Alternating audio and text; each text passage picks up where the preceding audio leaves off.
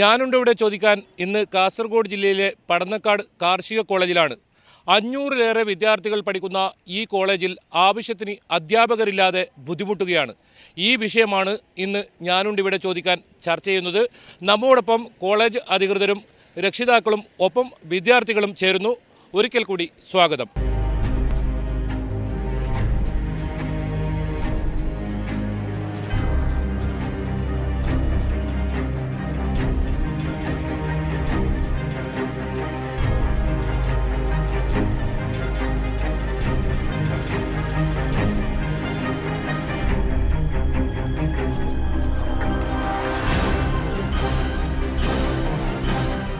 വിഷയം ചർച്ച ചെയ്യാൻ നമ്മോടൊപ്പം PTA കമ്മിറ്റി ഭാരവാഹികളുണ്ട്, ഒപ്പം ഇവിടുത്തെ വിദ്യാർത്ഥികളുമുണ്ട്. ഏതായാലും ആദ്യം തന്നെ PTA committee president Vinod Kumar നമ്മോടൊപ്പം ചേരുന്നത്.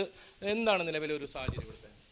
നമ്മുടെ ഈ കോളേജിൽ അധ്യാപക ക്ഷാമം രൂക്ഷമായതിനെ തുടർന്ന് വിദ്യാർത്ഥികൾ സമരം ചെയ്തു. അതിൽ നിന്നൊരു ഫലം കാണാത്തതുകൊണ്ട് PTA തന്നെ രംഗത്തിറങ്ങിയിരിക്കുകയാണ്. കഴിഞ്ഞ വർഷം ഞങ്ങൾ മുഖ്യമന്ത്രി, കൃഷിമന്ത്രി എന്നിവർക്ക് നിവേദനം നൽകിയിരുന്നു. ആ നിവേദനത്തിൻ്റെ അടിസ്ഥാനത്തിൽ, കുട്ടികൾ സമരം ചെയ്തതിൻ്റെ അടിസ്ഥാനത്തിൽ 3 പേരെ നമുക്ക് അനുവദിച്ചു തന്നിരുന്നു. അത് 1 വർഷത്തേക്കാണ് അനുവദിച്ചു തന്നത്. അവരുടെ കാലാവധി അടുത്ത മാസം പൂർത്തീകരിച്ചു അവർ തിരിച്ചു പോകും. അതിനിടയിലാണ് കഴിഞ്ഞ ദിവസം ജനറൽ ട്രാൻസ്ഫർ എന്ന് പറഞ്ഞ് 29-ാം തീയതി 4 പേരെ ഇവിടുന്ന് ട്രാൻസ്ഫർ ചെയ്തത്. ആ 4 പേര് ഇങ്ങോട്ട് വരുമ്പോൾ ഒരാൾക്കാരും തിരിച്ചിങ്ങോട്ടില്ല. അതിന് ഒരാളെ ഇങ്ങോട്ട് തന്നിരുന്നു. ആ ഒരാൾ ഹൈക്കോടതിയിൽ പോയി സ്റ്റേ വാങ്ങിയതുകൊണ്ട് 4 പേരും തത്വത്തിൽ ഇവിടുന്ന് ഒഴിവായിപ്പോയി. ഇപ്പം നിലവിൽ 27 അധ്യാപകർ മാത്രമേ ഉള്ളൂ. ഈ 3 പേരും കൂടി പോകാൻ 24 എത്തും.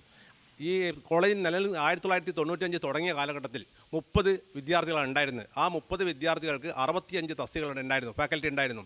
ഇപ്പോൾ 2024 എത്തുമ്പോൾ UG വിദ്യാർത്ഥികളായിട്ട് ഇവിടെ 110 പേരും, അതുപോലെ തന്നെ PG വിദ്യാർത്ഥികൾ 40 പേരും, PhD 10 പേരുമുണ്ട്. അങ്ങനെ 500 വിദ്യാർത്ഥികൾക്ക് പഠിക്കുമ്പോൾ 1995 സ്റ്റാഫായിട്ടാണ് നിലവിലുള്ളത്. ആ സ്റ്റാഫായിട്ട് ഇതുവരെ മാറ്റിയിട്ടില്ല.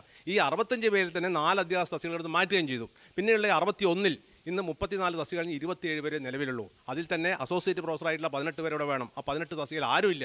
അതുപോലെ തന്നെ പ്രൊഫസർ തസ്തിക 12 ഉണ്ട്, അതിൽ ആരുമില്ല. മാത്രമല്ല ഇവിടുന്ന് PhDക്ക് പോകുന്ന അധ്യാപകർ പോകുമ്പോൾ ആ തസ്തികയിൽ ലീൻ എന്ന് പറയും. ആ തസ്തികയിൽ നിന്ന് മാറിപ്പോകുമ്പോൾ ശമ്പളം ഇവിടുന്ന് കൊടുക്കുന്നുണ്ട്, പകരം താൽക്കാലികക്കാർ പോലും നിയമിക്കാൻ പറ്റില്ല. ആ സാഹചര്യം കൂടി നിലവിലുണ്ട്. അങ്ങനെ ഈ വളരെ ബുദ്ധിമുട്ടാണ്. നമ്മുടെ കുട്ടികൾ മറ്റുള്ള കോളേജ് പോലെയല്ല ഈ പ്രൊഫഷണൽ കോളേജ്. നിർബന്ധമായിട്ടും ഇവിടെ താമസിച്ച് പഠിക്കുന്നവരാണ്. അവർക്ക് പല ട്രെയിനിങ് ഉണ്ട്, പല ലാബ് ഇതുണ്ട്. അതിന് അസോസിയേറ്റ് പ്രൊഫസർ നിർബന്ധമാണ്, പ്രൊഫസർ നിർബന്ധമാണ്. അതുമാത്രമല്ല ഐക്കറിൻ്റെ രജിസ്ട്രേഷനിലാണ് ഇത് നിലനിൽക്കുന്നത്. കൊല്ലത്തിൽ അവർ വന്ന് പരിശോധന നടത്തും. ആ പരിശോധന നടത്തുമ്പോൾ നിർബന്ധമായിട്ടും കോർ സബ്ജക്റ്റ് ആയിട്ടുള്ള 9 കോർ സബ്ജക്റ്റുകളുണ്ട്. മൈക്രോബയോളജി, ഓരോ ഇതുണ്ട്, ആനിമൽ ഹസ്ബൻഡറി, അങ്ങനെ പല സബ്ജക്റ്റുകളുണ്ട്. ആ സബ്ജക്റ്റിൽ നിർബന്ധമായി അധ്യാപകർ വേണം. ആ 6 സബ്ജക്റ്റിൽ ഒരു അധ്യാപകൻ പോലും ഇല്ല. അപ്പോൾ അതിൻ്റെ ഐക്കറിൻ്റെ സർട്ടിഫിക്കറ്റ് ഇല്ലെങ്കിൽ അക്രഡിറ്റേഷൻ നഷ്ടപ്പെടും. അങ്ങനെ വന്നാൽ ഇവിടുന്ന് പഠിച്ചിറങ്ങുന്ന കുട്ടികൾക്ക് സർട്ടിഫിക്കറ്റിന് വാല്യൂ ഉണ്ടാവില്ല. അത് രക്ഷിതാക്കൾക്കും ആശങ്കയാണ്, അതുപോലെ തന്നെ കുട്ടികൾക്കും ആശങ്ക ഉണ്ടാക്കുന്ന കാര്യമാണ്. ഈ സാഹചര്യത്തിലാണ് ഞങ്ങൾ സമരരംഗത്തേക്ക് ഇറങ്ങിയത്. ഇതിന് ഹൈക്കോടതിയിൽ നമ്മൾ കേസ് കൊടുത്തിട്ടുണ്ട്. കഴിഞ്ഞ വർഷം തന്നെ അധ്യാപകർ ക്ഷാമം രൂക്ഷമായ സമയത്ത് ഹൈക്കോടതിയിൽ ഒരു കേസ് പെറ്റീഷൻ ഫയൽ ചെയ്തു. WCP 33/118/2023 അത് ഹൈക്കോടതി നടക്കുകയാണ്. ആ കോടതിയിലെ കേസിന് ഈ യൂണിവേഴ്സിറ്റി ഇതുവരെ മറുപടി കൊടുത്തില്ല. മറുപടി കൊടുക്കാത്തതുകൊണ്ട് ഇന്ന് വരെ അതിന് തീരുമാനമായിട്ടില്ല. അതിനിടയിലാണ് യൂണിവേഴ്സിറ്റിയിൽ അസിസ്റ്റന്റ് പ്രൊഫസർ തസ്തികയിൽ നിയമനം നടന്നത്. ആ നിയമനം ആരോ ചോദ്യം ചെയ്തു. അവരെ ആ കോടതി സ്റ്റേ വാങ്ങി. ആ കേസും ഞങ്ങളുടെ കേസും ഒന്നിച്ച് പരിഗണിച്ച് അത് കെട്ടിമറിഞ്ഞ് കിടക്കുകയാണ്. അപ്പോൾ തീരുമാനം അവിടെ നിന്ന് വന്നില്ല. ഗവൺമെൻറ് ഇടപെടുന്നില്ല. ഗവൺമെൻറ്റിനോട് നമ്മൾ കൃഷിമന്ത്രിയോട് സമീപിച്ചപ്പോൾ അദ്ദേഹം പറഞ്ഞത് ആവശ്യത്തിന് ഫാക്കൽറ്റി ഉണ്ട്, പക്ഷേ പഠനക്കാടേക്ക് പോകാൻ ആരും തയ്യാറല്ല. യൂണിയൻ്റെ സമ്മർദ്ദം. അപ്പം മന്ത്രിക്ക് പോലും നിയന്ത്രിക്കാൻ പറ്റുന്നില്ല. അത് മന്ത്രിയുടെ മറുപടി. ഇപ്പോൾ 579 ഫാക്കൽറ്റി ഈ യൂണിവേഴ്സിറ്റിയിലുണ്ട്. ഇവിടെയുള്ളത് ആകെ 24 പേര്. അപ്പം നിങ്ങൾക്ക് അറിയാലോ ബാക്കിയുള്ളവർ എവിടെയാണെന്ന്. എറണാകുളത്തും തൃശ്ശൂരും അതുപോലെ തിരുവനന്തപുരത്ത് വെള്ളായണിയിലാണ് എല്ലാവരും ജോലി ചെയ്യുന്നത്. ഞങ്ങൾ പറയുന്ന ഒരു നോംസ് ഉണ്ടാക്കുക. ആ നോംസ് ഉണ്ടാക്കി കഴിഞ്ഞാൽ ഇവിടെ നിർബന്ധമായിട്ട് മലബാർ സർവീസ്, ഇത് മലബാറിനോടുള്ള അവഗണനയാണ്. അപ്പോൾ ഈ നോംസ് ഉണ്ടാക്കി കഴിഞ്ഞാൽ 2 വർഷത്തേക്ക് ഇവിടെ നിർബന്ധ സേവനം ഉണ്ടാക്കി കഴിഞ്ഞാൽ ആ 2 വർഷം കൊണ്ട് തിരിച്ചു പോയി കഴിഞ്ഞാൽ ഒരാൾക്കും പ്രശ്നമില്ല, കുട്ടികൾക്ക് പ്രശ്നമില്ല, അതുപോലെ തന്നെ അവർക്കും പ്രശ്നമില്ല. 2 വർഷത്തിലെ സേവനം ചെയ്യുന്നുണ്ട്. എന്തായാലും ഒരു സർവീസിനിടയിൽ 2 വർഷം. ഇപ്പോൾ നോംസ് ഉണ്ടാക്കുക എന്നുള്ളതാണ് ഞങ്ങളുടെ പോളിസി. അതിനുവേണ്ടിയുള്ള തീവ്ര ശ്രമമാണ്. ഈ സമരത്തിലൂടെ നടപ്പിലാക്കിയിട്ടില്ലെങ്കിൽ ഞങ്ങൾ അത് വെള്ളായണിക്കരയിൽ എല്ലാവരും വിദ്യാർത്ഥികളും രക്ഷിതാക്കളും കൂടി അവിടെ പോയി അനിശ്ചിതകാല സമരത്തിന് തയ്യാറാകുന്നുള്ള ഞങ്ങൾക്ക് പറയാനുള്ളത്. നേരത്തെയും കാർഷിക കോളേജിൽ, അതായത് നമ്മൾ തന്നെ റിപ്പോർട്ട് ചെയ്തതാണ്, ഇവിടെ അധ്യാപക ക്ഷാമം. ഇത് തുടർച്ചയായി എന്തുകൊണ്ടാണ് ഈ കാർഷിക കോളേജോട് ഇങ്ങനെ ഒരു നയം സ്വീകരിക്കുന്നത്? അത് എനിക്ക് തോന്നുന്നു ഇത് ഭരിച്ച CPIയുടെ നിയന്ത്രണത്തിലാണ്. LDF ഭരിക്കുന്ന CPI നിയന്ത്രണത്തിലാണ്, കോൺഗ്രസ് ഭരിക്കുമ്പോൾ കോൺഗ്രസിൻ്റെ നിയന്ത്രണത്തിലാണ്. പക്ഷേ ഇതിലെ യൂണിയനുകളൊക്കെ ഇതിലെ ജീവനക്കാർ മുഴുവനും തൃശ്ശൂർ ബേസ് ചെയ്തിട്ടുള്ള ജീവനക്കാരാണുള്ളത്. അപ്പോൾ അവർക്ക് മലബാർ സർവീസിനോട് താല്പര്യമില്ല. അതാണ് ഈ മെയിൻ കാരണം. പിന്നെ മലബാറിൻ്റെ പൊതുവേ മലബാറിനുള്ള അവഗണന നമ്മൾ ഏത് വിഷയത്തിലും കാസർഗോഡിനുള്ള അവഗണന, മലബാറിനുള്ള അവഗണന കാണാം. കേരളത്തിൽ ആകെ 4 കോളേജുകളാണ് കാർഷിക കോളേജായിട്ടുള്ളത്. മറ്റേ ഇതുണ്ട്, തവനൂരുണ്ട്. പക്ഷേ കാർഷിക കോളേജ് 4 മെയിനായിട്ടുള്ളത്. ആ 4 മെയിൻ കാർഷിക കോളേജാണ് ഇവിടെയുള്ളത്. ഈ മലബാറിൽ എന്തെങ്കിലും ഒരു ഡിസീസ് കൃഷിയുമായിട്ട് ബന്ധപ്പെട്ടിട്ടുണ്ടെങ്കിൽ ഈ കൂടെ നിന്നാണ് റിസർച്ച് സയൻറ്റിസ്റ്റ് പോകേണ്ടത്. ഇവിടെ ഒരു സയൻറ്റിസ്റ്റ് ഇല്ല, അസോസിയേറ്റ് പ്രൊഫസർ. ഇവരെങ്ങനെ പുറത്തു പോകും? എല്ലാ ബ്ലോക്കിലും ഇടുന്നൊരു നിർബന്ധമായിട്ട് ഒരാൾ പോകേണ്ടതുണ്ട്. ഇവിടെ ആരുമില്ല. കുട്ടികളെ പഠിപ്പിക്കാൻ ആളില്ല. ഡെയിലി ബേസ് എന്ന് പറയുന്ന ഒരു എന്താ പറയുക, ഒരു നഴ്സറി കുട്ടികളെയോ അല്ലെങ്കിൽ +1 അല്ലെങ്കിൽ കോളേജിലെ കുട്ടികൾ മറ്റുള്ള കോളേജിൽ വരുന്ന പോലെ ഒരു വർഷത്തേക്ക് എടുക്കാൻ പറ്റില്ല. ഇവിടെ അതിൻ്റെ ക്വാളിഫൈഡുള്ള ആൾക്കാരോട് നിർബന്ധമായിട്ട് വേണം. അതില്ലാത്തത്തോളം കാലം ഇതിൻ്റെ ബുദ്ധിമുട്ട് അനുഭവിക്കേണ്ടി വരും. PTA കമ്മിറ്റി ഭാരവാഹികൾ ഇനിയുമുണ്ട്. അതിനു മുമ്പ് നമുക്ക് വിദ്യാർത്ഥികളോടും ചോദിക്കേണ്ടതുണ്ട്. എന്താണ് നിങ്ങളുടെ നിലവിലെ ഒരു ഇവിടെ കുട്ടികളുണ്ടെങ്കിലും അതിന് ആനുപാതികമായി ഇവിടെ അധ്യാപകരില്ല പഠിപ്പിക്കാൻ. അപ്പോൾ ഞങ്ങൾക്ക് പഠിപ്പിക്കാൻ അധ്യാപകരില്ല എന്ന് പറയുന്നത് തന്നെ വലിയൊരു പ്രശ്നം തന്നെയാണല്ലോ നിലവിലെ. കാരണം SFIയുടെ നേതൃത്വത്തിൽ വിദ്യാർത്ഥികളെ സംഘടിപ്പിച്ചുകൊണ്ട് ഒരു സമരം നടത്തിയിട്ടുണ്ടായിരുന്നു. കോളേജിലും നടത്തി, അതിന് പാരലായിട്ട് സെൻട്രൽ ക്യാമ്പസ് വെള്ളാനിക്കരയും നടത്തിയിട്ടുണ്ടായിരുന്നു. അതിൻ്റെ റിസൾട്ടിൻ്റെ ഫലമായിട്ടാണ് അന്ന് 4ഓളം അധ്യാപകർ പടന്നക്കാട് കാർഷിക കോളേജിൽ വന്നതും ആ തസ്തികകൾ നിർത്തിക്കൊണ്ട് പ്രശ്നമില്ലാണ്ട് പോവുകയുണ്ടായി. പെട്ടെന്നുണ്ട് അടുത്ത് വരിക, ഒരു ട്രാൻസ്ഫർ ഒന്നും, അധ്യാപകർ ഇവിടുന്ന് പോവുക, പകരം ഒരാൾ മാത്രം വരിക എന്നൊരവസ്ഥ ഇവിടുത്തെ വിദ്യാർത്ഥികളെ സംബന്ധിച്ചിടത്തോളം വലിയൊരു പ്രശ്നം തന്നെയാണ്. കാരണം വെള്ളാനി മറ്റ് ക്യാമ്പസുകളെ പോലെ തന്നെ സെയിം സ്കോളർഷിപ്പ് എഴുതി ഒരേ ആനുകൂല്യം ലഭിക്കേണ്ട വിദ്യാർത്ഥികളാണ് പടന്നക്കാട് കാർഷിക കോളേജിലും. ഇവിടെ ഞങ്ങൾക്ക് ആനുപാതികമായി വിദ്യാർത്ഥികൾക്ക് ആനുപാതികമായി അധ്യാപകരില്ല, അതിൻ്റെ സൗകര്യങ്ങളില്ല എന്ന് പറയുന്നത് ഞങ്ങളെ സംബന്ധിച്ച് വലിയ പ്രശ്നം തന്നെയാണ്. ഏത് രീതിയിലാണ് ഇപ്പോൾ ബാധിക്കുന്നത്? നമ്മൾ വിദ്യാഭ്യാസം ഇവിടുന്ന് പഠിച്ചിറങ്ങുമ്പോൾ അങ്ങനെ ഒരു ആശങ്ക ഇപ്പോൾ നിലവിലുണ്ടോ? അതായത് ഞങ്ങളുടെ അക്രഡിറ്റേഷനെ ബാധിക്കുമോ എന്ന നല്ല രീതിയിൽ ആശങ്കയുണ്ട്. കാരണം അക്രഡിറ്റേഷന് അധ്യാപകരുടെ എണ്ണത്തിനനുസരിച്ച്, ഇവിടുത്തെ ഫെസിലിറ്റി, അങ്ങനെ ഓരോന്നിൻ്റെ കാര്യത്തിനനുസരിച്ചാണ് പോയിന്റ് എടുക്കുക. അങ്ങനെയാണെങ്കിൽ ഞങ്ങളുടെ കോളേജിൻ്റെ അക്രഡിറ്റേഷൻ നഷ്ടപ്പെടുമോ എന്നൊരു ആശങ്ക നിലനിൽക്കുന്നുണ്ട്. പെലിക്കോട് ഫാം സൂപ്രണ്ടും നേരത്തെ സൂപ്രണ്ടായിരുന്ന, അതുപോലെ തന്നെ ഇവിടുത്തെ PTA കമ്മിറ്റി മെമ്പറുമായ മുരളീധരൻ കൂടി നമ്മോടൊപ്പം ചേരുകയാണ്. എങ്ങനെയാണ് ഇവിടുത്തെ പ്രധാന വിഷയം എന്ന് പറഞ്ഞാൽ കേരള കാർഷിക സർവകലാശാലയിൽ അനധ്യാപക വിഭാഗം ജീവനക്കാർക്ക് ഒരു ട്രാൻസ്ഫർ നോംസ് നിലനിൽക്കുന്നുണ്ട്. എന്നാൽ അധ്യാപകരുടെ ഇടയിൽ ഒരു ട്രാൻസ്ഫർ നോംസ് ഇല്ല. അതുകൊണ്ട് തന്നെ പുതുതായി റിക്രൂട്ട് ചെയ്യപ്പെടുന്ന അധ്യാപകർ ഇതിനൊരു റിക്രൂട്ടിംഗ് കേന്ദ്രം മാത്രമായി കണ്ട് കുറച്ച് കാലം കൂടി ഇരിക്കുകയും 2-3 മാസം കൊണ്ട് തന്നെ അവരുടെ സംഘടനാ ഇടപെടലുകളും മറ്റും വഴി അവർ തിരിച്ച് ഇഷ്ടപ്പെട്ട ക്യാമ്പസ് എന്ന് പറഞ്ഞാൽ എല്ലാവിധ സൗകര്യമുള്ള വെള്ളായണി പോലുള്ള ക്യാമ്പസിലേക്ക് തിരിച്ചു പോവുകയാണ് ചെയ്യുന്നത്. അത് അവസാനിപ്പിക്കണമെങ്കിൽ കൃത്യമായ ഒരു ട്രാൻസ്ഫർ നോംസ് അധ്യാപകർക്ക് ഉണ്ടാക്കിയാൽ മാത്രമേ ഇത് നിർത്താൻ പറ്റുള്ളൂ. കാരണം ഇവിടെ വരുന്ന അധ്യാപകൻ, ഇപ്പോൾ നമ്മൾ നേരത്തെ മുമ്പ് സംസാരിച്ച എല്ലാവരും പറഞ്ഞു കഴിഞ്ഞു, 18ഓളം അസോസിയേറ്റ് പ്രൊഫസർ പോസ്റ്റിൽ ആരുമില്ല. എന്തുകൊണ്ടാണ് അസോസിയേറ്റ് പ്രൊഫസർ പോസ്റ്റിൽ ആളില്ലാത്തത്? കാർഷിക സർവകലാശാലയിൽ കൃത്യമായിട്ട് അസോസിയേറ്റ് പ്രൊഫസർ പോസ്റ്റ് വേക്കൻറ്റ് വരുമ്പോൾ അസിസ്റ്റന്റ് പ്രൊഫസർമാർ പ്രൊമോഷൻ വാങ്ങിക്കുന്നുണ്ട്. ഈ അസോസിയേറ്റ് പ്രൊഫസർമാർ പ്രൊഫസറായിട്ടും പ്രൊമോഷൻ വാങ്ങിക്കുന്നുണ്ട്. അല്ല, പ്രൊഫസർ പോസ്റ്റ് ഇവിടെ തസ്തിക ഒഴിഞ്ഞെടുക്കുകയാണ്. പക്ഷേ ഇവിടുത്തെ സംഭവം എന്താണെന്ന് പറഞ്ഞാൽ ഈ സ്ഥാപനത്തിൽ നിന്ന് പ്രൊമോഷൻ വാങ്ങിക്കുന്ന അധ്യാപകർ ആ ഉടൻ തന്നെ മറ്റ് കേന്ദ്രങ്ങളിലേക്ക് സ്ഥലം വാങ്ങിപ്പോവാണ്. അത് അവസാനിപ്പിക്കണമെങ്കിൽ കൃത്യമായ ട്രാൻസ്ഫർ നോംസ് വെച്ചാൽ നിർബന്ധമായിട്ട് അവർക്ക് ഇങ്ങോട്ട് വന്നേ പറ്റുള്ളൂ. ഒന്നിക്കൽ ഒരു 2 കൊല്ല കാലത്തേക്ക് പിന്നെ ഇതുപോലെയുള്ള മലബാർ കേന്ദ്രങ്ങളിൽ റിക്രൂട്ട് ചെയ്യണം, സേവനം ചെയ്യണം എന്നുള്ള ഒരു തീരുമാനം എടുക്കാം. അതൊന്നും ഒരു സംഘടനക്കാർക്ക് എതിർക്കാൻ പറ്റില്ല. ഇപ്പോഴും ഒരു വ്യക്തി ഒരു സംഘടനയിൽ ചേർന്ന് കഴിഞ്ഞാൽ അവർ ഏറ്റവും പ്രധാനപ്പെട്ട ആവശ്യം അവരെ വീടിൻ്റെ അടുത്തേക്കുള്ള സ്റ്റേഷനിലേക്ക് സ്ഥലം മാറ്റം വാങ്ങിക്കുന്നത്. ഇപ്പോൾ നമ്മൾ നോക്കിക്കഴിഞ്ഞാൽ പിരിക്കോട് കേന്ദ്രം, പന്നിയൂർ കുരുമുളക് കേന്ദ്രം, നമ്മുടെ ഈ പടന്നക്കാട് കാർഷിക കോളേജ്, ഇങ്ങനെ മലബാറുള്ള ഒരു കോളേജിൽ ആരും വരാൻ തയ്യാറല്ല. മഞ്ചേശ്വരത്ത് ഒരു സ്റ്റേഷൻ ഉണ്ട്, ചെറിയൊരു സ്റ്റേഷൻ. ആ സ്റ്റേഷനിൽ എക്സ്റ്റൻഷൻ വർക്ക് നടക്കുന്നുണ്ടെങ്കിൽ അത്യാവശ്യം ആൾക്കാർ അവിടെ ഉണ്ടാകുന്നത് എവിടെന്നെങ്കിലും പണിഷ്മെൻറ്റ് വരുമ്പോൾ സ്ഥലം മാറ്റാനുള്ള ഒരു കേന്ദ്രമാക്കി മാത്രം മാറ്റിയതുകൊണ്ടാണ് 1-2 പേര് അവിടെ വരുന്നത്. പക്ഷേ അനധ്യാപക ജീവനക്കാർക്ക് കൃത്യമായിട്ട് ട്രാൻസ്ഫർ നോംസ് ഉള്ളതുകൊണ്ട് എല്ലാവരും ഇപ്പോൾ ഇവിടെയുള്ള അഡ്മിനിസ്ട്രേറ്റീവ് ഓഫീസർ, ഇവിടെയുള്ള വിദ്യാർത്ഥികൾ കാണും ഒരു 4 മാസം കൊണ്ട് ആൾക്കാർ മാറി. അതിന് കാരണം എന്താ പറഞ്ഞാൽ പ്രൊമോഷൻ കിട്ടുമ്പോൾ അവരിങ്ങോട്ട് വന്നു, പിന്നീട് അവിടെ വേക്കൻസി വരുമ്പോൾ മാത്രമേ തിരിച്ചു പോകാൻ പറ്റുന്നുള്ളൂ. ആ ഒരു നിയമം ഇവരുടെ കീഴുണ്ടാക്കണം. പക്ഷേ ഇപ്പോൾ നമുക്കൊരു പറഞ്ഞാൽ നമ്മുടെ കേരളത്തിലെ ഏറ്റവും പ്രധാനപ്പെട്ട കാർഷിക മേഖലയെ സംരക്ഷിക്കേണ്ടവരാണ് ഈ വിദ്യാർത്ഥികൾ. ഇവരാണ് നാളത്തെ ഗവേഷകർ, ഇവരാണ് നാളത്തെ അധ്യാപകർ. അപ്പോൾ ഈ നീറ്റ് പരീക്ഷ എഴുതിയിട്ട് വിദ്യാർത്ഥി ഓപ്ഷൻ കൊടുക്കുമ്പോൾ ആ വിദ്യാർത്ഥിയുടെ സ്വന്തം താല്പര്യപ്രകാരം ഓരോ കോളേജിൽ കയറി വരുന്നതല്ല. യൂണിവേഴ്സിറ്റിയാണ് ഏത് കോളേജിലേക്ക് അലോട്ട്മെൻറ്റ് കൊടുക്കാൻ തീരുമാനിക്കുന്നത്. അങ്ങനെ നമ്മളെ 4 അഗ്രികൾച്ചർ കോളേജിൽ അലോട്ട്മെൻറ്റ് നടത്തുമ്പോൾ നമ്മളിപ്പോൾ പലരും അമ്പലവയൽ കേന്ദ്രം കമ്പയർ ചെയ്തു. പക്ഷേ അമ്പലവയൽ കേന്ദ്രത്തിൽ ചെറിയ ഒരു ബാച്ചിൽ 50 കുട്ടികൾ മാത്രമേ ഉള്ളൂ. ഇവിടെ ഒരു ബാച്ചിൽ 110 കുട്ടികൾ എന്ന് പറഞ്ഞാൽ ഒരു കൊല്ലം തന്നെ 500ഓളം കുട്ടികൾ ഇവിടെ ഉണ്ടായി. അതുപോലെ പിന്നെ വെള്ളാനിക്കരയിൽ ഏറ്റവും കൂടുതൽ അധ്യാപകർ നിൽക്കുന്നുണ്ട്. അവിടെ അധ്യാപകരുടെ ക്ഷാമം വരുന്നുണ്ടെങ്കിൽ തന്നെ അവിടെ വെള്ളാനിക്കര ക്യാമ്പസിൻ്റെ ഇടയിൽ ഒരു പടി സ്ഥാപനങ്ങൾ വേറെയുണ്ട്. അതായത് മറ്റ് ഗവേഷണ സ്ഥാപനങ്ങളുണ്ട്. സ്വാഭാവികമായിട്ടും ഒരു അധ്യാപനം ഇല്ലാതെ വരുമ്പോൾ അവരുടെ പേഴ്സണൽ ബന്ധം വഴിയെങ്കിലും പറഞ്ഞിട്ട് അങ്ങോട്ടും ഇങ്ങോട്ടും പഠിപ്പിക്കാനുള്ള സൗകര്യങ്ങളുണ്ടാവും. പക്ഷെ ഒരേ നീറ്റ് പരീക്ഷ എഴുതി ഒരേ യോഗ്യതയിൽ കയറിയ വിദ്യാർത്ഥിക്ക് ഇവിടുത്തെ കുട്ടികൾക്ക് പഠിക്കാനുള്ള അവസരം കിട്ടാതിരിക്കുകയാണ്. കാരണം അവർ പഠിക്കാൻ പിന്നെ ഇവിടെ നമ്മൾ പറയുമ്പോൾ സർക്കാരിൻ്റെ ഭാഗത്തു നിന്നാളും നമ്മുടെ കാർഷിക സർവകലാശാല അധികാരികളും കോളേജ് അധികാരികളും പറയുക ഡെയിലി ബേസിന് ആളെ വെക്കുന്നുണ്ട്. ഈ ഡെയിലി ബേസിന് ആളെ വെക്കുമ്പോഴുള്ള ബുദ്ധിമുട്ടെന്താണെന്ന് പറഞ്ഞാൽ ഡെയിലി ബേസ് ആളെ വെക്കുന്നതിന് കുഴപ്പമില്ല. അധ്യാപകർ വന്നു, അവർ അടുത്ത ഇപ്പോൾ അഗ്രികൾച്ചർ ഓഫീസറെ തസ്തികയിലേക്ക് നിയമനം നടന്നുകൊണ്ടിരിക്കുകയാണ്. അപ്പോൾ ഇവിടെ ഇപ്പോൾ നിലവിലുള്ള ഭൂരിഭാഗം പേരും ഏവന്മാരായിട്ട് അവർ പെർമനൻറ്റ് പോസ്റ്റ് കിട്ടുമ്പോൾ കൊണ്ട് മാറിപ്പോവും. അതുകൂടാതെ കേരളം ഇന്ന് നമ്മുടെ സാമ്പത്തിക പ്രതിസന്ധി നേരിടുന്ന ഒരു സംസ്ഥാനം നമുക്ക് കൃത്യമായിട്ട് അറിയാം. പക്ഷേ ആ സാമ്പത്തിക പ്രതിസന്ധി നേരിടുമ്പോൾ ഗവേഷണ കേന്ദ്രങ്ങളിൽ ICARൻ്റെ ഫണ്ടുകൾ ഉപയോഗപ്പെടുത്താൻ പറ്റുകയാണെങ്കിൽ ഒരു പരിധിവരെ ഇത്തരം പ്രശ്നങ്ങൾ പരിഹരിക്കാൻ പറ്റും. ICARൻ്റെ ഫണ്ടുകൾ ഉപയോഗപ്പെടുത്തണമെങ്കിൽ നമ്മളെ ഡെയിലി ബേസ് സ്റ്റാഫ് പോരാ. അതായത് പെർമനൻറ്റ് അധ്യാപകനുണ്ടെങ്കിൽ അദ്ദേഹം പ്രോജക്റ്റ് സമർപ്പിച്ച് ആ പ്രോജക്റ്റുകൾ സാങ്ഷൻ ചെയ്ത് കോളേജുകൾക്ക് അനുവദിക്കുമ്പോഴാണ് പിന്നെ നമുക്ക് കൂടുതൽ പദ്ധതികൾ കിട്ടും. ആ പദ്ധതികൾ കിട്ടുമ്പം ആ ഫണ്ട് ഉപയോഗപ്പെടുത്തി കോളേജിൻ്റെ അടിസ്ഥാന സൗകര്യങ്ങൾ വർദ്ധിപ്പിക്കാൻ പറ്റും. ഇപ്പോൾ ഈ പടന്നക്കാട് കാർഷിക കോളേജിന് ഇത്രയും കുട്ടികളുടെ കോളേജിൽ നമുക്ക് വേണമെങ്കിൽ ഒരു ബസ് മാത്രമേ കുട്ടികളുടെ ആവശ്യത്തിന് പോകാം. മറ്റുള്ള സമയത്ത് പുറത്ത് ഫീൽഡിൽ പോകേണ്ട സമയത്ത് ഒരു ബാച്ചിന് പോകാം, മറ്റുള്ളവർ പുറത്തുനിന്ന് വണ്ടി വാടക എടുത്ത് വേണം പോകാൻ. അപ്പോൾ ഒരു പദ്ധതികൾ കിട്ടിക്കഴിഞ്ഞാൽ അവർക്ക് ഈ വാഹനങ്ങളും മറ്റു സൗകര്യം ഉപയോഗപ്പെടുത്താൻ പറ്റും. കോളേജിൻ്റെ വികസനം അതോടൊപ്പം നടത്തും.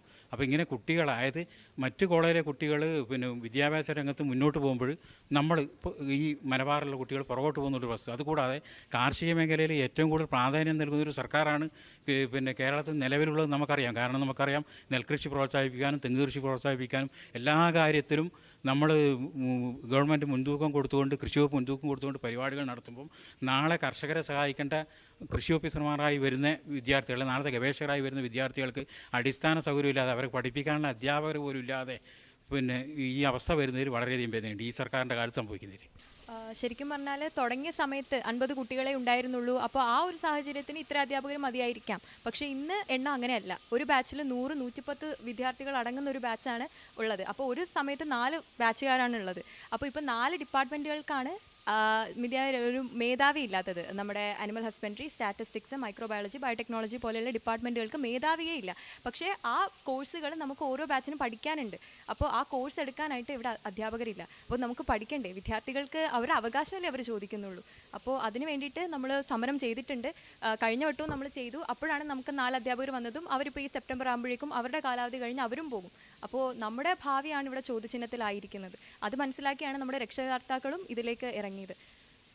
വിദ്യാർത്ഥി സമരം അധികം നമ്മൾ കാണാറുണ്ട്. പക്ഷേ ഇപ്പോൾ രക്ഷാകർത്താക്കൾ തന്നെ സമരത്തിൽ ഇറങ്ങുന്ന ഒരു സാഹചര്യമാണ് ഇവിടെ. അത്രയും രൂക്ഷമാണ് നമ്മുടെ ഇവിടുത്തെ സാഹചര്യം എന്ന് പറയുന്നത്. കാരണം അവരൊരു കേസ് ഫയൽ ചെയ്തു, എന്നാൽ യൂണിവേഴ്സിറ്റിയുടെ ഭാഗത്ത് നിന്ന് ശരിയായിട്ട് ഒരു മറുപടി കിട്ടാത്തതിനെ തുടർന്ന് കേസ് നീണ്ടുപോവുകയാണ് ചെയ്യുന്നത്. അപ്പോൾ നമ്മളിപ്പോൾ ആരെയാണ് സമീപിക്കേണ്ടത്? നമ്മൾ സമരം ചെയ്തു, ഹൈക്കോടതിയെ സമീപിച്ചു, അപ്പോഴും യൂണിവേഴ്സിറ്റി മതിയായിട്ടുള്ളൊരു മറുപടി നമുക്ക് തരുന്നില്ല.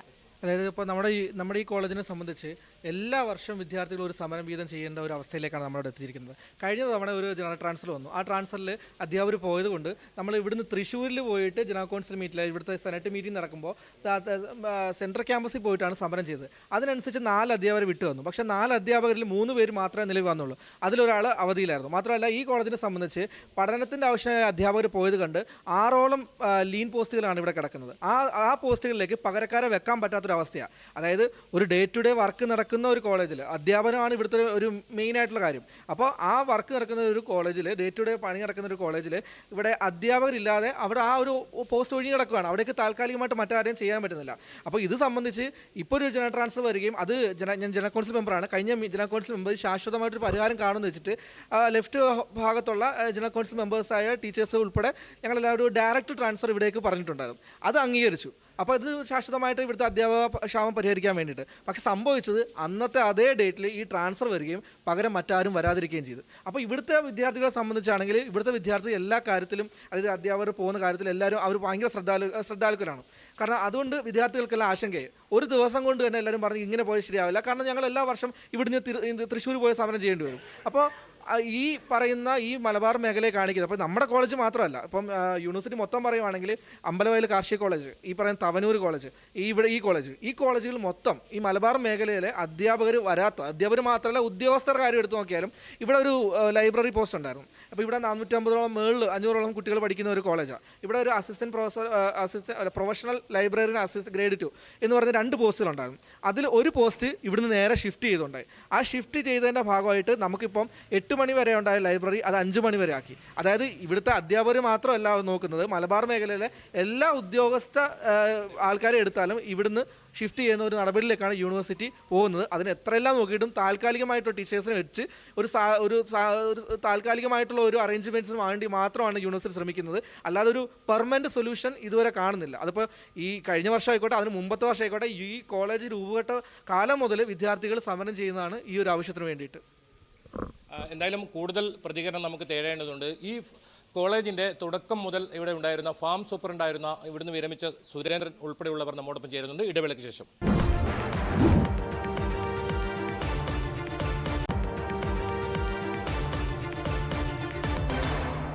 കൂടുതൽ പേർ പ്രതികരിക്കാൻ നമ്മോടൊപ്പം ചേരുന്നുണ്ട്. എന്തായാലും നേരത്തെ ഞാൻ സൂചിപ്പിച്ചതുപോലെ തന്നെ ഇവിടെ ഫാം സൂപ്രണ്ടായി വിരമിച്ച സുരേന്ദ്രൻ സാറ് വർഷങ്ങളോളം ഇവിടെ ഉണ്ടായിരുന്ന ആളാണ്. സുരേന്ദ്രൻ സാർ, എന്താണ് നിലവിൽ, നമുക്ക് നേരത്തെയും സമാനമായ പ്രശ്നമുണ്ടായതാണ്, നമ്മൾ റിപ്പോർട്ട് ചെയ്തതുമാണ്, നിലവിലും അതേ അവസ്ഥ തന്നെ തുടരുകയാണ് ഇവിടെ? ശരിക്കും പടന്നക്കാട് കാർഷിക കോളേജിനെ സംബന്ധിച്ച് പറയുമ്പോൾ ഒരു ചരിത്രം നമ്മൾ പുറകോട്ട് പോവുകയാണെങ്കിൽ 108 വർഷം മുമ്പ് സ്ഥാപിതമായിട്ടുള്ള പഴയ തെങ്ങ് ഗവേഷണ കേന്ദ്രത്തെ, അന്നത്തെ മദ്രാസ് ഗവൺമെൻറ്റിൻ്റെ കീഴിലായിരുന്ന ഈ ഗവേഷണ കേന്ദ്രം തിരിച്ച് അതിനുശേഷം കേരള സംസ്ഥാന രൂപീകരണത്തിന് ശേഷമാണ് കൃഷി വകുപ്പിൻ്റെ കീഴിലേക്ക് വരികയും മലബാറിൽ ഒരു കാർഷിക കോളേജ് വേണമെന്നുള്ള വലിയൊരു മുറവിളി വന്നു 92-93 കാലത്ത്. അതിനുശേഷമാണ് 94 നമുക്ക് മലബാറിൽ ഒരു കാർഷിക കോളേജ് അനുവദിച്ച് ഉത്തരവായത്. ആദ്യത്തെ ബാച്ച് പിലിക്കോട് കേന്ദ്രത്തിലായിരുന്നു. അതിനുശേഷം 1999 ഫെബ്രുവരിയിലാണ് ഇന്ന് നമ്മൾ കാണുന്ന ഈ മനോഹരമായിട്ടുള്ള അക്കാഡമിക് ബ്ലോക്കും കാര്യങ്ങളും ഇവിടെ സ്ഥാപിതമായത്. അതിനുശേഷം വന്നിട്ടുള്ള ഗവൺമെൻറ്റും ഈ പറയുന്ന കോളേജ് അടച്ചു പൂട്ടണമെന്നുള്ള ഒരു ആവശ്യമൊക്കെ ഉണ്ട്. അന്ന് പത്രമാധ്യമങ്ങളും മറ്റ് മീഡിയ എല്ലാം വളരെ സജീവമായിട്ട് ഈ കാര്യത്തിൽ ഇടപെട്ടതിൻ്റെ ഭാഗമായിട്ടാണ് കോളേജ് ഇവിടെ നിൽക്കാനുണ്ടായിട്ടുള്ള അവസരം അന്നുണ്ടാക്കിയത്. അതിനുശേഷം ഇവിടുത്തെ MLA-മാരും ഒക്കെ വളരെ ഗൗരവമായിട്ട് തന്നെ നമ്മുടെ വിഷയങ്ങളെ കൈകാര്യം ചെയ്തിരുന്നു. നിയമസഭയിലാണെങ്കിലും അല്ലാതെ ഇപ്പോൾ പള്ളിപ്പുറം ബാലൻ MLA, അദ്ദേഹം നമ്മുടെ ജനറൽ കൗൺസിൽ മെമ്പറായിരുന്നു. അദ്ദേഹം ആ സമയത്ത് ഒരുപാട് കാര്യങ്ങളിൽ നമ്മുടെ കോളേജിൻ്റെ ഇവിടുത്തെ അധ്യാപക ക്ഷാമം പരിഹരിക്കുന്നതിന് വേണ്ടിയിട്ടുള്ള ഒരുപാട് സ്ട്രഗിൾ അതിനകത്ത് ജനറൽ കൗൺസിലിനകത്ത് അദ്ദേഹം ഉണ്ടാക്കിയിട്ടുണ്ട്. അതേപോലെ തന്നെ CKP പത്മനാഭൻ എന്ന് പറയുന്ന മുൻ MLA, തളിപ്പറമ്പ് MLA, അദ്ദേഹം യൂണിവേഴ്സിറ്റിയുടെ എക്സിക്യൂട്ടീവ് കമ്മിറ്റി മെമ്പറായിരുന്നു. അദ്ദേഹത്തിൻ്റെ ഇടപെടലും ഈ കോളേജിൻ്റെ വളർച്ചയ്ക്ക്, കാരണം അധ്യാപകരാണ് നമുക്കിവിടെ കാര്യമായിട്ട് ഇവിടെ നമുക്ക് വേണ്ടത്. അതിൽ അധ്യാപക ക്ഷാമം പരിഹരിക്കുന്നതിന് വേണ്ടി ഇവരുടെയൊക്കെ ഇടപെടൽ ഉണ്ടായതിൻ്റെ ഭാഗമായിട്ടാണ് ആ കാലത്തൊക്കെ നമുക്ക് ഈ പ്രശ്നമില്ലാതെ കോളേജിനെ മുന്നോട്ട് കൊണ്ടുപോകാൻ വേണ്ടിയിട്ട് സാധിച്ചിട്ടുള്ളത്. ഇപ്പോഴ് അനുഭവിക്കുന്ന പ്രശ്നങ്ങൾക്കൊരു പരിഹാരം എന്ന് പറയുന്നത് അധ്യാപക തസ്തിക ഇവിടെയുണ്ട്. 64 എൻ്റെ ഓർമ്മ, സാങ്ഷൻഡ് പോസ്റ്റ് 64. ആ 64 തസ്തികകളിലും അധ്യാപകരെ നിയമിക്കുക എന്നുള്ളതാണ് സൊല്യൂഷൻ. അതിൽ ഇവിടെ നിയമിച്ചു കഴിഞ്ഞാൽ യാതൊരു കാരണവശാലും സബ്സ്റ്റിറ്റ്യൂട്ട് വരാതെ ഒരാൾ റിലീവ് ചെയ്യാൻ പാടില്ല. പകരം അത് വളരെ വ്യക്തമായിട്ട് KP മോഹനൻ കൃഷി വകുപ്പ് കൈകാര്യം ചെയ്യുന്ന സമയത്ത്, UDF ഗവൺമെൻറ് ഉള്ള സമയത്ത് KP മോഹനൻ അദ്ദേഹം ഈ വിഷയത്തിൽ അന്നത്തെ MLA, Hosdurg MLA E. Chandrasekharan ഇവിടെ ഒരു മീറ്റിങ്ങിൽ, നമ്മുടെ ഹാളിൽ വെച്ച് നടക്കുന്ന ഒരു മീറ്റിങ്ങിൽ തന്നെ അതിശക്തമായി പറഞ്ഞു, സബ്സ്റ്റിറ്റ്യൂട്ട് ഇല്ലാതെ ഒരു കാരണവശാലും ഇവിടുത്തെ ഒരു അധ്യാപകനെ പോലും ഇനി ഇവിടെ നിന്ന് റിലീവ് ചെയ്യില്ല എന്ന് വളരെ ശക്തമായി പറയുകയും അതിൽ അന്ന് വേദിയിൽ വെച്ച് തന്നെ അന്നത്തെ കൃഷി വകുപ്പ് മന്ത്രി ഉറപ്പ് തരികയും അതിൻ്റെ ഭാഗമൊക്കെ ആയിട്ടാണ് അധ്യാപകർ ഇവിടെ നിന്ന് പോകാത്തൊരവസ്ഥയിലേക്ക് നമുക്ക് ഈ സ്ഥാപനത്തെ മുന്നോട്ട് കൊണ്ടുപോകാൻ വേണ്ടിയിട്ട് സാധിച്ചിട്ടുള്ളത്. ഇതാണ് ഒരു പടന്നക്കാട് കാർഷിക കോളേജിൻ്റെ ഒരു ചരിത്രം. നമ്മൾക്ക് സ്ട്രഗിൾ എപ്പോഴും, അതായത് പഴയ കാലത്തുള്ള സുരേന്ദ്ര നീലേശ്വരം അടക്കമുള്ള പത്രമാധ്യമ മീഡിയ രംഗത്തുള്ള ആൾക്കാരുടെയൊക്കെ വളരെ സജീവമായിട്ടുള്ള ഇടപെടലൊക്കെയാണ് കോളേജ് ഇവിടെ നിലനിർത്താൻ വേണ്ടിയിട്ട് നമ്മെ സഹായിച്ചിട്ടുള്ളത്. നിലവിൽ ഈ പ്രശ്നത്തിന് ഒരു ശാശ്വതമായൊരു പരിഹാരം കണ്ടെത്താൻ എന്താണ് നിങ്ങൾക്ക് പറയാനുള്ളത്? അത് എനിക്ക് നേരത്തെ PTA പ്രസിഡൻ്റൊക്കെ പറഞ്ഞതുപോലെ തന്നെ മലബാറിലേക്ക് വേണ്ടിയിട്ടുള്ള മാത്രമുള്ള റിക്രൂട്ട്മെൻറ്റ് നടത്തുക. ഒരു ബോണ്ട്, ഇതിൽ 5 വർഷക്കാലത്തേക്ക് ഒരു ബോണ്ട് വെച്ചിട്ട് ഇവിടത്തേക്ക് നിയമിക്കുക. ആ രീതിയിലുള്ള ഒരു നിയമന നടപടികൾ സർക്കാർ ഉണ്ടാക്കുക. അതായത് നിയമസഭയിൽ MLA കൊണ്ട് അവിടെ ഉറപ്പ് നമുക്ക് വാങ്ങിക്കേണ്ടത്, കൃഷി വകുപ്പ് മന്ത്രിയെ കൊണ്ട് ഒരു ഉറപ്പ് വരുത്തുന്നുണ്ട്, ഇനി ഒരു അധ്യാപകനെയും ഇവിടുന്ന് സബ്സ്റ്റിറ്റ്യൂട്ട് ഇല്ലാതെ റിലീവ് ചെയ്യില്ല എന്നുള്ളൊരു ഉറപ്പാണ് നമുക്ക് വാങ്ങിച്ചെടുക്കേണ്ടത്. അങ്ങനെയെങ്കിൽ നമുക്കിനി നിയമനം വന്നു കഴിഞ്ഞാലും ഈ 5 വർഷ ബോണ്ടും അതേപോലെ തന്നെ ഇവിടെ എക്സിസ്റ്റ് ചെയ്യുന്ന ഏതൊരു അധ്യാപകർ അവരുടെ ബോണ്ട് പീരീഡ് കഴിഞ്ഞാലും സബ്സ്റ്റിറ്റ്യൂട്ട് ഇല്ലാതെ വിടാൻ പാടില്ല. ബോണ്ട് പീരീഡ് കഴിഞ്ഞാലും സബ്സ്റ്റിറ്റ്യൂട്ട് നിർബന്ധമായിട്ട് സർവകലാശാല ഇവിടെ സബ്സ്റ്റിറ്റ്യൂട്ടായിട്ട് അധ്യാപകരെ ഇങ്ങോട്ടേക്ക് ട്രാൻസ്ഫർ ചെയ്തേ പറ്റൂ. കൂടുതൽ PTA കമ്മിറ്റി ഭാരവാഹികൾ നമ്മോടൊപ്പം ചേരുകയാണ്. നമ്മുടെ കുട്ടികളെ സംബന്ധിച്ചോളം അവരൊക്കെ വളരെ നീറ്റ് പരീക്ഷയിൽ ഉയർന്ന മാർക്കോടുകൂടി സ്കോർ ചെയ്ത് വളരെ മിടുക്കരായ വിദ്യാർത്ഥികൾ ഇവിടെ പഠിക്കുന്നത്. ഇതൊരു വിദ്യാഭ്യാസ അവകാശത്തിൻ്റെ ഒരു പ്രശ്നമാണ്. കാരണം എന്ന് പറഞ്ഞാൽ മറ്റെല്ലാ ക്യാമ്പസുകളും പോലെ ഇവിടുത്തെ വിദ്യാർത്ഥികൾക്കും കൃത്യമായ അധ്യാപകർ വെച്ചുകൊണ്ട് കൃത്യമായ അധ്യയനം അവരുടെ അവകാശമാണ്.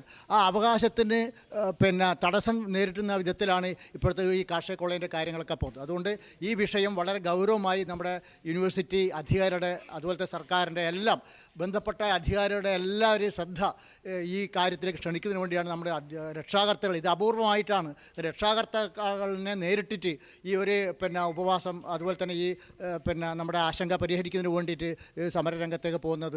അത് നമ്മുടെ ഇന്നത്തെ ഒരു സൂചന എന്നതിൽ നമ്മൾ ഉപവാസം നടത്തിയത് ഇതുകൊണ്ട് പരിഹരിക്കും എന്നാണ് ഞങ്ങളുടെ പ്രതീക്ഷ. കാരണം നമ്മളെല്ലാവരും നമ്മുടെ കൂടെ ഉണ്ട് എന്നാണ് നമ്മൾ വിശ്വസിക്കുന്നത്. പക്ഷേ ഇത് എന്തെങ്കിലും തരത്തിൽ നമ്മുടെ പ്രതീക്ഷക്കെടുത്ത് ഈ പറയുന്ന അധ്യാപക നിയമം നടത്തിയിട്ടില്ലെങ്കിൽ നമ്മൾ അടുത്തപടി മണ്ണൂത്തി പോയി നമ്മുടെ രക്ഷാകർത്താക്കൾ ശക്തമായ പ്രതിഷേധം രേഖപ്പെടുത്തും. അപ്പോൾ ഈ കുട്ടികളെ വിവേചനം ചെയ്യുകയാണ്.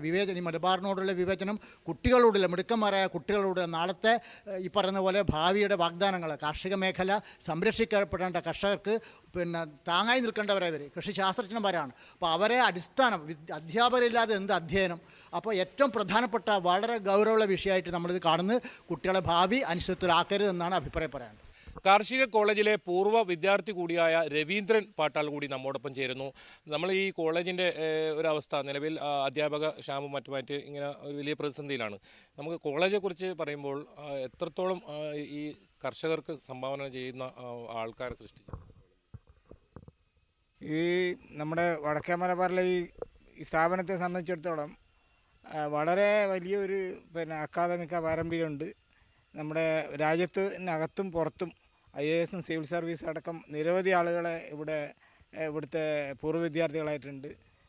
പഞ്ചാബ് ഇലക്ഷൻ കമ്മീഷണർ സിബിൻ ജാക്കിയാടത്ത്, പത്തനംതിട്ട കളക്ടറായിരുന്ന നൂഹ്, അങ്ങനെ ഒരുപാട് പേര് വിദേശ സർവകലാശാലകളിലെ ശാസ്ത്രജ്ഞന്മാരായിട്ട് ജർമ്മനിയിലും അവിടെയൊക്കെ വർക്ക് ചെയ്യുന്ന ഒരുപാട് ടാലൻസ് ഈ പരിമിതികളുടെ ഉള്ളിൽ നിന്നുകൊണ്ട് തന്നെ ഈ കോളേജിൽ ഉണ്ടായിട്ടുണ്ട്. അപ്പോൾ അവരുടെ ഇത്രയും ഭൗതികമായ നിലവാരമുള്ളൊരു കോളേജാണ്. പക്ഷേ എപ്പോഴും ഞാൻ ഇതറിയുന്ന ഈ 27 വർഷത്തോളമായി ഈ കോളേജ് സ്ഥാപിച്ചിട്ട്, എന്നിട്ടും ഇപ്പോഴും ഈ ഓരോ വർഷവും പണ്ട് സ്ഥാപിതമായ വർഷം മുതൽ നടക്കുന്ന ഈ 2024ലും അധ്യാപകർക്ക് വേണ്ടിയിട്ട് അധ്യാപകരെ ക്ഷാമത്തിന് വേണ്ടി സമരം ചെയ്യാന്ന് പറഞ്ഞാൽ വളരെ വളരെ കഷ്ടമാണ്, ശോചനീയമാണ്. പ്രത്യേകിച്ച് വടക്കേ മലബാറിനോട്ടുള്ള ഒരു അവഗണനയായിട്ട് കാണാൻ പറ്റുള്ളൂ. ഇടയ്ക്ക് പല സ്കീമുകളും കൊണ്ടുവന്നെങ്കിലും ഈ റൊട്ടേഷൻ രീതിയിൽ കൊണ്ടുവന്നെങ്കിൽ അതൊക്കെ ഒന്നും ഒരു ഫലപ്രാപ്തിയിൽ എത്തിയതായി കാണുന്നില്ല. അതുകൊണ്ടാണ് പറഞ്ഞത് ഇപ്പോൾ അത് പഴയ മാതിരിയല്ല, ചുരുക്കം ഇതിൻ്റെ കുട്ടികളുടെ എണ്ണവും വളരെ കൂടിയിട്ടുണ്ട്. PG കോഴ്സുകൾ തുടങ്ങിയിട്ടുണ്ട്, PhD ചെയ്യുന്നുണ്ട്. അപ്പോൾ ഫാക്കൽറ്റിയിൽ നല്ല നിലവാരമുള്ള അധ്യാപകരില്ലെങ്കിൽ കുട്ടികളുടെ ഭാവിയും അപകടത്തിലാവും. അധ്യാപക ക്ഷാമം അതേപോലെ തന്നെ ടെക്നിക്കൽ സ്റ്റാഫിൻ്റെ ക്ഷാമവും ഇവിടെ കോളേജിനെ അല്ലാണ്ട് ബാധിച്ചിട്ടുണ്ട്. അത് ഇതിനു വേണ്ടിയിട്ട് ഇടപെടാൻ വേണ്ടിയിട്ട് ഈ ഞാൻ പറയുന്ന ഇതേപോലുള്ള സിവിൽ സർവീസിലുള്ള ഉദ്യോഗസ്ഥന്മാരടക്കമുള്ള പൂർവ്വ വിദ്യാർത്ഥികളടക്കം മുന്നോട്ട് വരണം. വെറും രാഷ്ട്രീയക്കാരും മാത്രമല്ല, അവർക്കും ഇൻഫ്ലുവൻസ് ചെയ്യാൻ പറ്റും. എന്നാൽ മാത്രമേ ഇതിന് ശാശ്വതമായിട്ടുള്ളൊരു പരിഹാരം ഉണ്ടാകുന്നതാണ് എൻ്റെ ഒരു അഭിപ്രായം. കാരണം അത്രയും വളരെ നിലവാരത്തിലുള്ള വിദ്യാർത്ഥികൾ പൂർവ്വ വിദ്യാർത്ഥി സമൂഹം ഈ കോളേജിനുണ്ട്. വെള്ളായണി കാർഷിക കോളേജിനെയും അതേപോലെ തന്നെ വെള്ളാനിക്കര കോളേജിനെയൊക്കെ അപേക്ഷിച്ച് നോക്കിയാൽ ചെറിയ കോളേജാണെങ്കിലും ഇതിൻ്റെ അക്കാഡമിക പാരമ്പര്യം വളരെ വലുതാണെന്ന് പറയാതെ വയ്യ. എന്തായാലും കോളേജിൻ്റെ മേധാവി തന്നെ നമ്മോടൊപ്പം ചേരുന്നു. T. സജിത റാണി മേഡമാണ്. എന്തായാലും മേഡത്തോട് ഈ കാര്യം കൂടുതൽ ഈ കോളേജിലെ ഇപ്പോഴത്തെ അവസ്ഥ നമുക്ക് ചോദിച്ചാൽ, മേഡം ഒരുപാട് ആശങ്കയാണ് വിദ്യാർത്ഥികൾ ഉന്നയിച്ചത്, അതുപോലെ തന്നെ രക്ഷിതാക്കളും. അത്രത്തോളം ആശങ്കപ്പെടേണ്ട സാഹചര്യം? ആശപ്പെടേണ്ട സാഹചര്യങ്ങളൊന്നുമില്ല. കൊള്ള അധ്യാപകർ ഇപ്പോഴും ഉണ്ട്, കൊഴിഞ്ഞുമറ്റൊന്നുമില്ല. കുട്ടികൾക്ക് ക്ലാസ് മുടങ്ങുന്ന സാഹചര്യം ആയിട്ടില്ല. കുറച്ച് പെർമനൻറ്റ് സ്റ്റാഫിൻ്റെ ഒരു കുറവുണ്ട്. പക്ഷേ അതൊക്കെ നമ്മൾ മറ്റ് ടീച്ചേഴ്സിനെ വെച്ച് ക്വാളിഫൈഡ് ആയിട്ടുള്ള ഹാൻഡ്സിനെ വെച്ച് ക്ലാസ്സുകൾ നടത്തുന്നുണ്ട്. അങ്ങനെ ആശപ്പെടാനായിട്ട് യാതൊരു സാഹചര്യവും ഇല്ല. പിന്നെ പുതിയ റിക്രൂട്ട്മെൻറ്റ് വരുമ്പോഴത്തേക്കും ഇങ്ങോട്ടേക്ക് തരാമെന്ന് തന്നെയാണ് യൂണിവേഴ്സിറ്റി പറഞ്ഞിട്ടുള്ളത്. എന്നത്തേക്ക് നമുക്കിത് ആദ്യം വൈകാതെ ഉണ്ടാവും. ഇന്നും തുടങ്ങിയതായിരുന്നു, പക്ഷേ അത് ഇടയ്ക്ക് വെച്ച് നിന്നുപോയി. വീണ്ടും ഉണ്ടാകുമ്പോൾ ഈ കോളേജിലേക്ക് ആവശ്യമുള്ള അധ്യാപകരെ തരുന്നു തന്നെയാണ് യൂണിവേഴ്സിറ്റി പറയുന്നത്. ഈ പൊതുവേ കാസർഗോഡ് ജില്ലയിലൊരു പ്രത്യേകത, ഇപ്പോൾ ഡോക്ടർ മേഖലയായാലും എല്ലാ മേഖലയിലും ഈ തിരുവനന്തപുരം ഭാഗങ്ങളിൽ നിന്ന് ഇവിടത്തേക്ക് വരാനൊരു മടിക്കുന്ന സാഹചര്യം നിലവിൽ ആ ഒരു പ്രശ്നം കൂടി ഇവിടെ അത് തീർച്ചയായിട്ടും ഉണ്ടാവും. ഈ മലബാർ ഏരിയയിലേക്ക് ആൾക്ക് വരാനൊരു താല്പര്യക്കുറവ് എപ്പോഴും അത് എല്ലാ മേലുള്ളതുപോലെ ഇവിടെയും ഉണ്ട്. പക്ഷേ ഇവിടെ കുട്ടികളുടെ പഠിപ്പ് മുടങ്ങുന്നൊരവസ്ഥ ഇതുവരെ ഉണ്ടായിട്ടില്ല. അതിന് ഉണ്ടാകാനുള്ള സാധ്യതയുമില്ല. ഇതിൽ പ്രധാനമായും രക്ഷിതാക്കൾ പറയുന്നത് ഒരാൾ ഇവിടെ എത്തിക്കഴിഞ്ഞാൽ മറ്റൊരാളെ നിയമനം ആവാതെ പോകുന്ന ഒരു സാഹചര്യം ഉണ്ടെന്ന്. അത് നമുക്ക് തടയാൻ വഴി ഇല്ല, അങ്ങനെ ഒരു ഇത് വന്നപ്പോൾ കഴിഞ്ഞ ഒരു സെപ്റ്റംബർ ആയപ്പോഴത്തേക്കും കുറേ ടീച്ചേഴ്സിനെ തന്നിട്ടുണ്ട്. ഇനി ഈ സെപ്റ്റംബർ ആകുമ്പോഴത്തേക്കും കുറച്ച് പേര് പോയിട്ട് വേറെ കുറച്ച് പേര് വരും. അങ്ങനെ ഒരു ബുദ്ധിമുട്ട് പ്രശ്നം ഉദിക്കുന്നില്ല. നേരത്തെ ഈ കോളേജ് അടച്ചുപൂട്ടുന്ന തരത്തിലൊക്കെ വലിയ തോതിലുള്ള വാർത്തകൾ വന്നിരുന്നു. അത് ഇപ്പോഴും അതേ അവസ്ഥയിൽ ഞങ്ങൾ പുതിയ കോളേജുകൾ തുടങ്ങിക്കൊണ്ടിരിക്കണം. ഒരിക്കലും ഈ ഒരു കോളേജ് അടച്ചുപൂട്ടുന്ന ഒരു അവസ്ഥയിലേക്ക് എത്തില്ല. ഇപ്പം തന്നെ കുമരകത്ത് തുടങ്ങിയിട്ടുണ്ട്, ഇനി അടുത്ത് തന്നെ കൊട്ടാരക്കര തുടങ്ങുന്നുണ്ട്. അപ്പോൾ പുതിയ കോളേജ് തുടങ്ങുമ്പോഴത്തേക്കും പഴയ കോളേജ് ഒരിക്കലും അടച്ചുപൂട്ടുന്ന ഒരു സാഹചര്യമേ ഉണ്ടാകുകയില്ല. ഇത് നിലവിലെ അടിസ്ഥാന സൗകര്യങ്ങൾ മറ്റ് ലാബായാലും മറ്റ് എങ്ങനെയാണ് ഇവിടുത്തെ? ശരിക്കും 30 കുട്ടികൾക്ക് വേണ്ടി തുടങ്ങിയതാണ്. പക്ഷേ അത് പതിയെ അതിൻ്റെ അടിസ്ഥാന സൗകര്യങ്ങൾ വർദ്ധിച്ചു വരികയാണ്. ഇപ്പോൾ ഹോസ്റ്റൽ സൗകര്യമുണ്ട്, ക്ലാസ് മുറികളുണ്ട്.